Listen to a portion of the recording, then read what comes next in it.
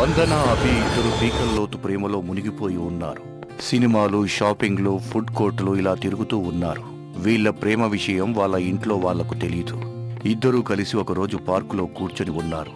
అభి, నీతో ఉంటే నా జీవితం చాలా సంతోషంగా ఉంటుందనిపిస్తుంది. నువ్వు లేకుండా నేను ఉండలేనేమో అనిపిస్తుంది. నువ్వు ఎప్పటికీ నాతోనే ఉంటావు కదా. నా ప్రాణం పోయేంత వరకు, నా చివరి శ్వాస ఆగిపోయేంత వరకు నేను వదిలిపోను. నా మీద నువ్వు ఎటువంటి అనుమానం పెట్టుకోకు. చిచి, నీ మీద నాకు అనుమానం కాదు. పరిస్థితులన్నీ మనకు అనుకూలంగా ఉన్నట్టుగా నాకు అనిపించట్లేదు. మా ఇంట్లో వాళ్ళు ఖచ్చితంగా ఈ పెళ్లికి ఒప్పుకోరు. మీ ఇంట్లో వాళ్ళ సంగతేమిటో నాకు తెలియదు. ఆ భయంతోనే అలా అన్నాను. మన పేరెంట్స్ ను ఒప్పించడానికి ప్రయత్నిద్దాం. ఒకవేళ ఒప్పుకోకపోతే ఎక్కడికైనా వెళ్లి పెళ్లి చేసుకుందాం. అంతేకాని మన ఇద్దరం విడిపోతామన్న ఆలోచన నీ మనసులోకి అస్సలు రానివ్వకు అని అభి చాలా స్ట్రాంగ్ గా చెప్పాడు. ఆ మాటలు విన్న వందన ఎంతో సంతోషపడింది. ఎంతో ధైర్యంగా తనకు అనిపించింది. అభి వందనని ముద్దు పెట్టుకోవడానికి ప్రయత్నించాడు. వందన వద్దు అని చెప్పి అతన్ని అడ్డుకుంది. అభి ఎంతగానో ప్రయత్నించాడు, కానీ వందన ఒప్పుకోలేదు. నాకిప్పుడు అర్థమైంది, నీకింకా నా మీద నమ్మకం అస్సలు కుదరలేదు కదూ. నమ్మకం లేక కాదు, ఇది పబ్లిక్ పార్క్. చూడు, ఎంతమంది ఉన్నారు. అందరూ మనల్ని చూస్తూ ఉన్నారు. నాకు సిగ్గుగా ఉంది.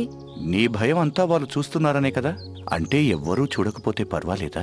అభి అలా అనగానే వందన సిగ్గుపడుతూ అవును అన్నట్టు తలాడించింది. అభికి వందన వీక్నెస్ ఏమిటో అర్థమైపోయింది. అతను అలా కాసేపు ఆలోచించాడు.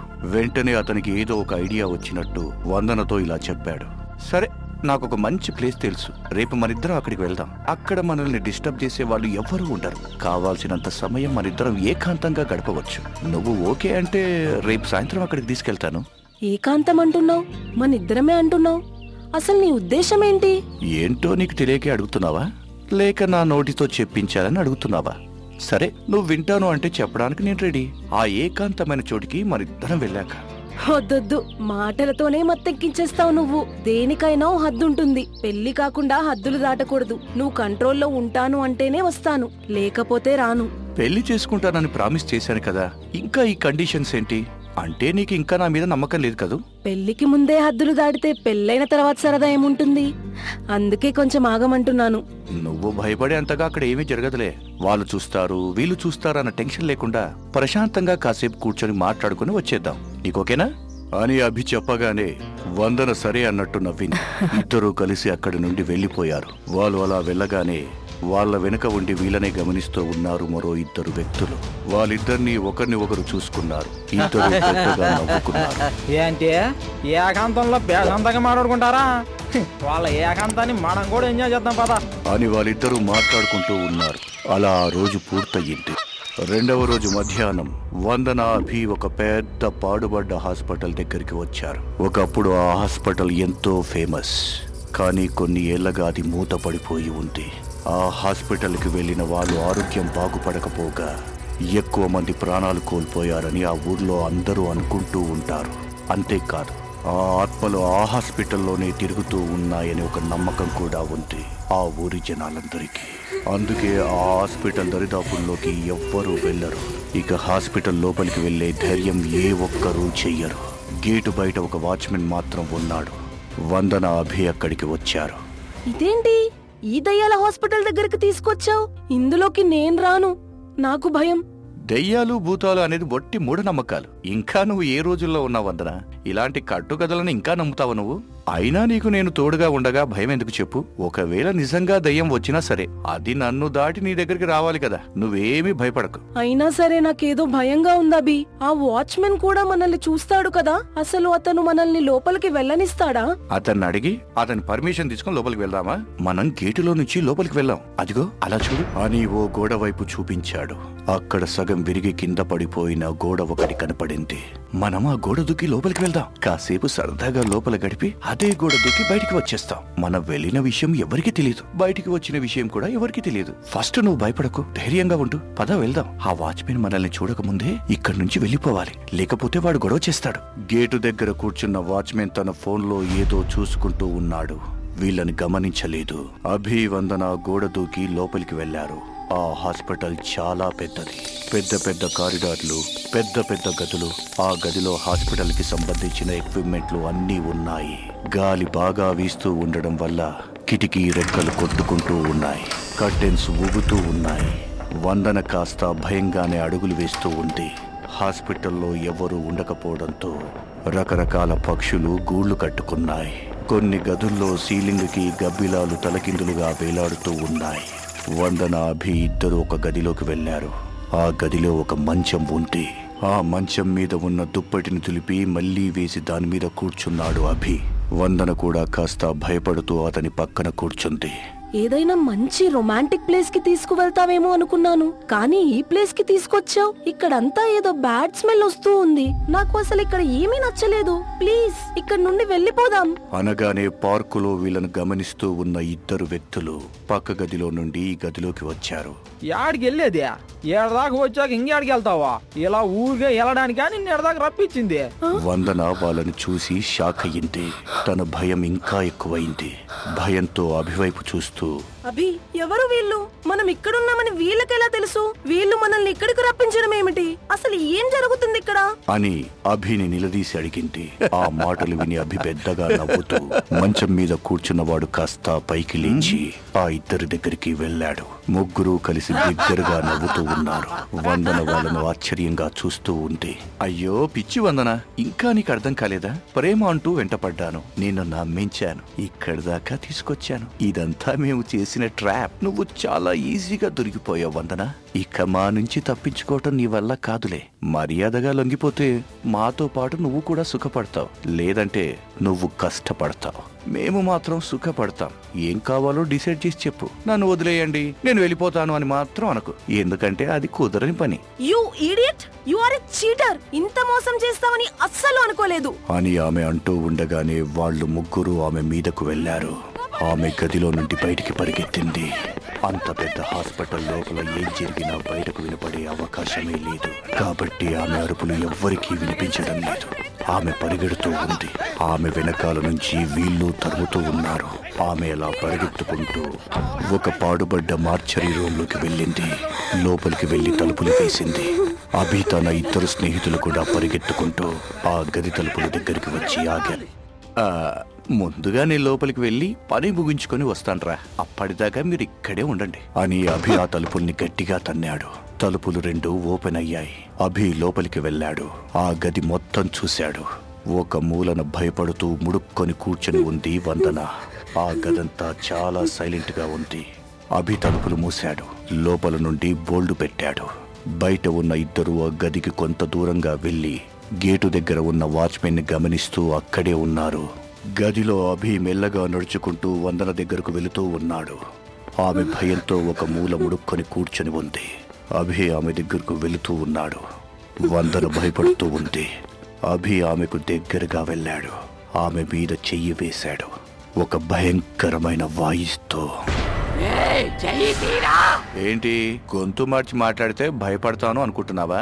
వందన, నీకు అంత సీన్ లేదమ్మా. మర్యాదగా కోఆపరేట్ చేసావనుకో స్మూత్ గా పని ఫినిష్ అయిపోతుంది. తప్పించుకునే అవకాశం లేదని ముందే చెప్పాను కదా.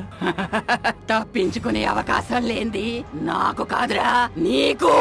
ఇలాంటి బెదిరింపులకు నేను భయపడే రకం కాదు గాని పైకిలే అని ఆమె మీద చెయ్యి వేసి ఆమె కప్పుకొని కూర్చొని ఉన్న చున్నీని బలవంతంగా లాగాడు. ఆ చున్నీ అలా లాగగానే ఒక్కసారిగా ఒక భయంకర రూపం అలా గాల్లోకి లేచి ఆమె గాల్లోకి లేవగానే అభి భయంతో వెళ్లి అంత దూరంలో పడ్డాడు. అక్కడ నుండి లేచి భయంతో తలుపు దగ్గరకు పరిగెత్తుకుంటూ వెళ్ళాడు. ఆ దయ్యం తలుపుకు అడ్డంగా వచ్చి నిలిచుంది. పారిపోవాలని ప్రయత్నిస్తున్నావా? నా నుంచి తప్పించుకునే అవకాశం నీకు లేదు. ఏకాంతంలో ప్రశాంతంగా మాట్లాడాలని తీసుకొచ్చావు కదరా, రారా కూర్చో, మాట్లాడుకుందాం. నీతో నీ స్నేహితులతో కలిసి మాట్లాడాల్సినవి చాలా ఉన్నాయి. ఈ అవకాశం కోసమే ఎన్నో రోజులుగా ఎదురు చూస్తున్నాను అని అతన్ని తన చేతితో గాల్లోకి పైకెత్తి ఒక్క విసురుగానే అతను వెళ్లి ఆ గోడకి తగిలి మళ్లీ వచ్చి ఆమె కాళ్ళ దగ్గర పడతాడు. భయంతో వణికిపోతున్నాడు. ఆ దయ్యం యొక్క రూపం చాలా భయంకరంగా ఉంది. ఆమె జుట్టు గాలికి ఎగురుతూనే ఉంది. కింద పడి ఉన్న అతను దయ్యానికి దండం పెడుతూ ఇలా అన్నాడు, ఇక్కడ దయ్యాలుంటాయని చెప్తే అదంతా అబద్ధం అనుకుని వచ్చాను. నన్ను వదిలే, నీకు దండం పెడతాను అని రెండు చేతులు జోడించి ఆమెకు దండం పెడుతూ బ్రతిమాలుతున్నాడు. ఆ దయ్యం అతని గుండెల మీద కాలు వేసి తొక్కుతూ భయంకరమైన రూపంతో, అతన్ని చూస్తూ భయంకరమైన గొంతుతో, ఇంతకంటే ఎక్కువగానే నిన్ను బతిమాలాను, నీ కాళ్ళు పట్టుకున్నాను, కానీ నువ్వు నీ స్నేహితులు నన్ను వదిలేరా? నీ కోరికలు తీర్చుకోవడానికి నా జీవితాన్ని బలి చేశాడు కదరా. ఈ రోజు నువ్వు ఎంత బతిమాలినా నిన్ను వదిలే సమస్య లేదు అని అతన్ని కాలితో ఒక్క తన్ను తన్నగానే అతను వెళ్లి ఒక గోడకు గుద్దుకొని మళ్ళీ వచ్చి ఆమె దగ్గరే పడ్డాడు. అతని చొక్కా పట్టుకుని అతన్ని పైకి లేపి అతని మొహంలోకి తన భయంకరమైన మొహాన్ని పెట్టి చూస్తూ, రే, ఇక్కడ జరిగింది ఏది మీ స్నేహితులకు చెప్పకుండా వెళ్ళి వాళ్ళిద్దరిని కూడా ఇక్కడికి తీసుకురా. పారిపోవాలని ప్రయత్నించావు, చిత్రహింసలు చేసి చంపుతా. వెళ్ళి వాళ్ళిద్దరిని కూడా లోపలికి తీసుకురా అని అతనిని వదిలేసింది. అతను అలా కింద పడి పైకి లేచి తన బట్టలను సర్దుకొని జుట్టు సరిచేసుకొని గది తలుపులు ఓపెన్ చేసుకుని బయటికి వెళ్ళాడు. కొంత దూరం నుంచి ఇతన్నే చూస్తూ ఉన్నారు స్నేహితులిద్దరు. అరే ఎంకియా, మనోడు బయటకు వచ్చేసాడు రోయ్. ఏట్రా ఇంత టైం పట్టింది, అంతగా ఎంజాయ్ చేసావేటి? అభి ఏమీ మాట్లాడకుండా వాళ్ళని చూస్తూ అలానే ఉండిపోయాడు. రే, ఈడు ఇంకా ఆ ఫీల్డ్ లోనే ఉన్నాడు రా, బయటకి ఇంకా రాలేదంటే లోపల బాగా. సరే నువ్వు ఏడ ఉండు, నేను వెళ్తాను అని అతను వెళుతూ ఉండగా మరొకడు అతన్ని ఆపి, అరే జింకే, ఉండ్రా, ముందు నేను వెళ్తాను. నేనే వెళ్తాను, నువ్వే కాసేపు ఆగరా. రే, ఈ రోజు ఖచ్చితంగా అందరం పోయేవాళ్ళమే, ఎందుకురా నీకు తొందర? నీకేట్రా బాబు, నీ పని అయిపోయింది, ఎన్ని మాటలైనా చెప్తావు, నీకేం తెలుసు మా తొందర? రే, అసలు వందనాలు పాజిటివ్ ట్రై చేసింది నేను, కానీ ఆడికి పడింది కాబట్టి ముందెళ్లాల్సిన రైట్స్ నాకే ఉంది. నువ్వు నోరు మూసుకొని కూర్చుంటే నేను వెళ్తాను అని వాడిని తోసేసి మొదటివాడు పరిగెత్తుకుంటూ గదిలోకి వెళ్లి తలుపులు వేశాడు.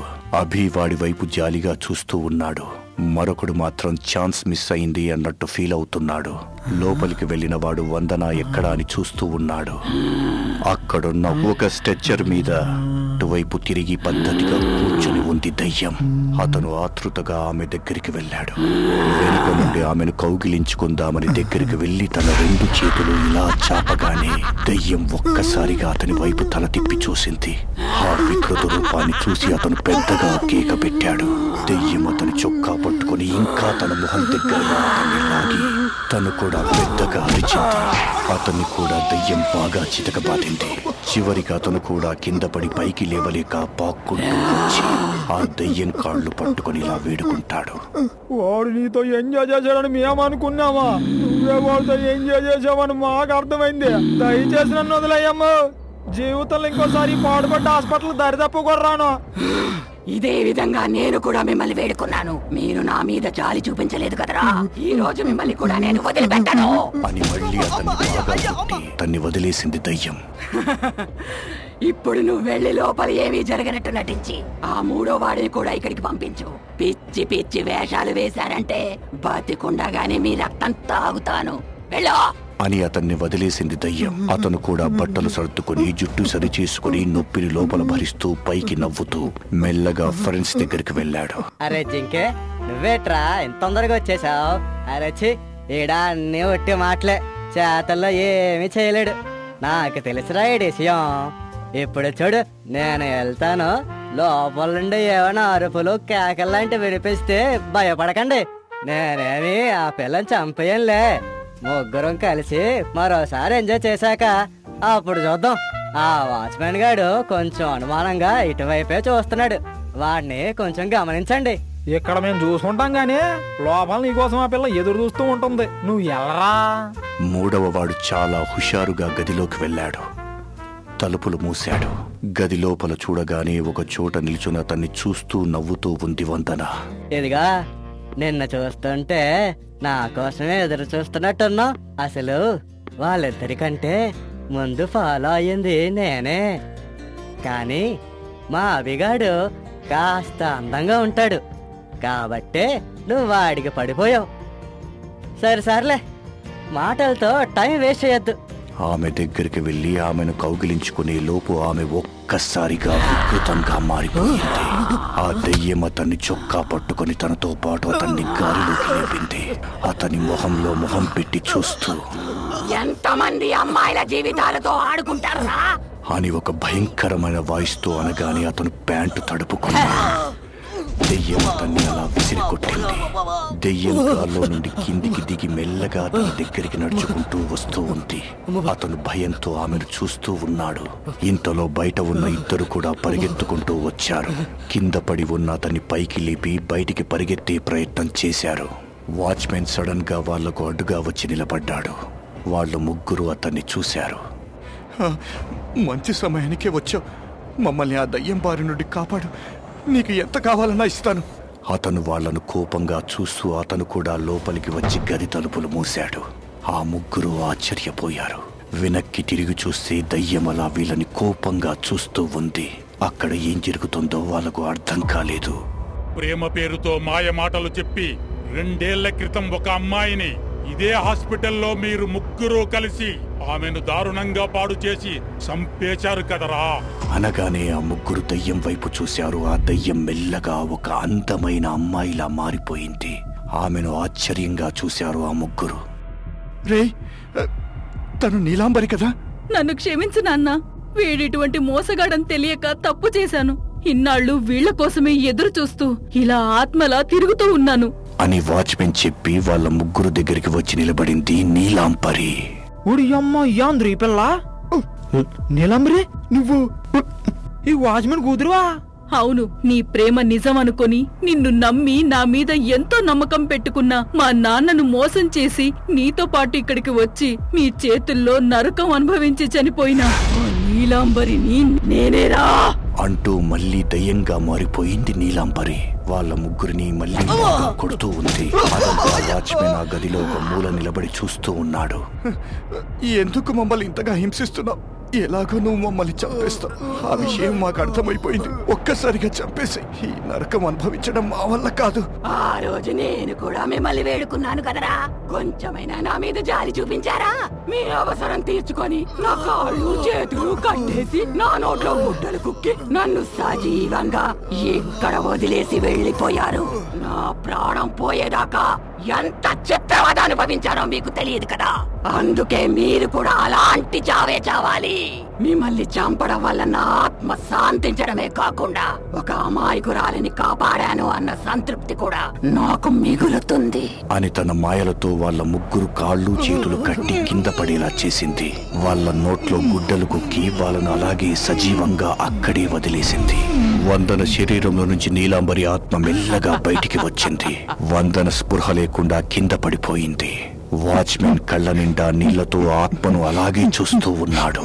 నీలాంబరి ఆత్మ కూడా కళ్ళ నిండా నీళ్లు పెట్టుకుని తండ్రి వైపు చూస్తూ అక్కడి నుండి నీలాంబరి ఆత్మ మాయమైపోయింది.